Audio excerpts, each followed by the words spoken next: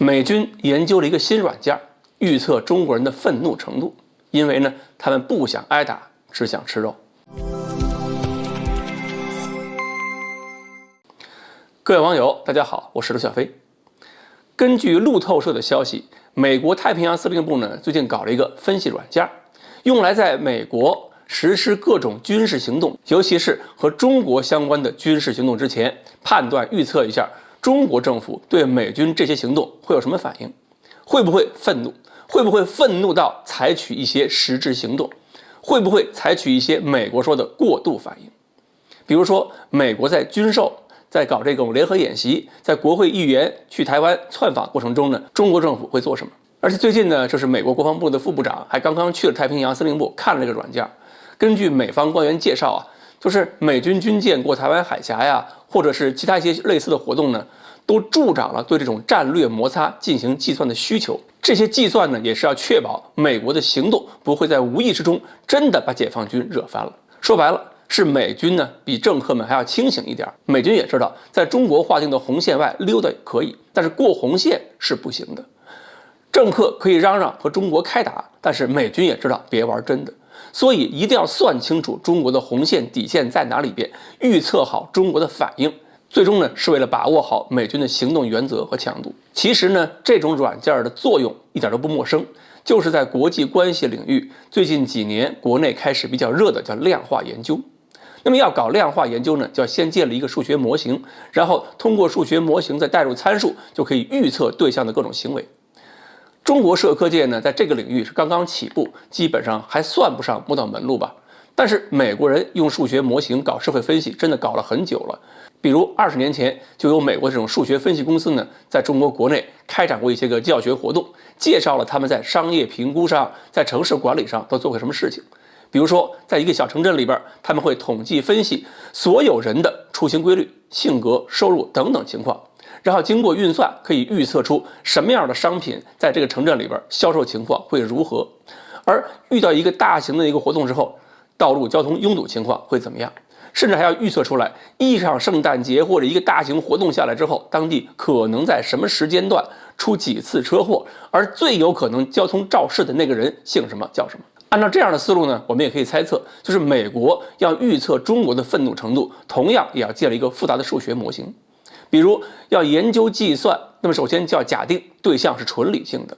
那么假定这个理性的对象针对美国一个行动，要看看他会做出哪些反应，而每种反应给这个研究对象带来的政治、军事、经济方面的得和失都是什么。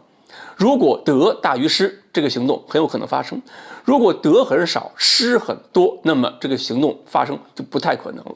那么要分清楚得失，还要看清楚对方的经济水平、军事实力，特别要看清楚对方的拳头有多硬，承受力有多强。通过这一系列评估，就能够看得出来美军的活动到了什么程度、什么样式，对方一定会采取特别激烈的行动。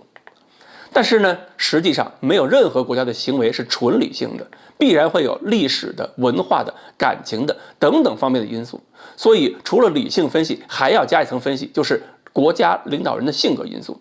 这个呢，也是国际关系研究过程中分析问题的重要角度之一。你看我们现在分析美国，其实也是要通过特朗普拜登还有这个蓬佩奥或者是布林肯等等人的性格差异、办事风格，通过这些差异，通过他们的特色来分析他们会用什么样的策略。所以呢，美国也一样，一直会分析各国领导人的性格和风格。除此之外，还要看社会舆论倾向，要看民意，因为政府做出任何反应，也必须照顾到本国国内的民意，民意和政府决策总会有互动。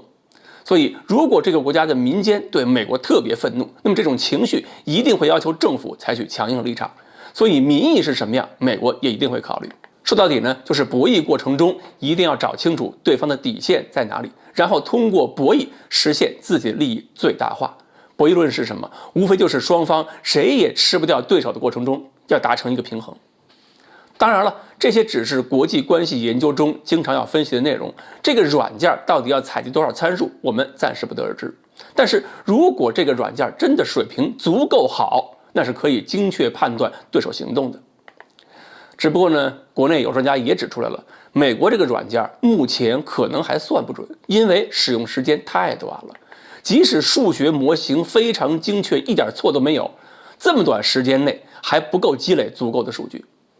那么美国如果真想知道什么情况下会把中国惹翻，按说也不用这么费劲，只要不来惹事儿，就什么事儿都没有。别去摸索红线在哪里边，也就碰不到红线了。不过呢，这个软件也给了我们一个提醒：如果我们想让美国人不会误判中国的决心，那我们自己就要把原则表现得更清楚，关键时刻做出坚决反应，不能犹豫。但是也不要随意去表达愤怒，因为没有实质行动的愤怒太多了，美国会觉得我们的愤怒和抗议就太廉价了。好，关于美国用来分析中国愤怒程度的软件到底是个什么原理，今天呢我们就猜到这里，欢迎大家继续关注我们的栏目，我们下期再说。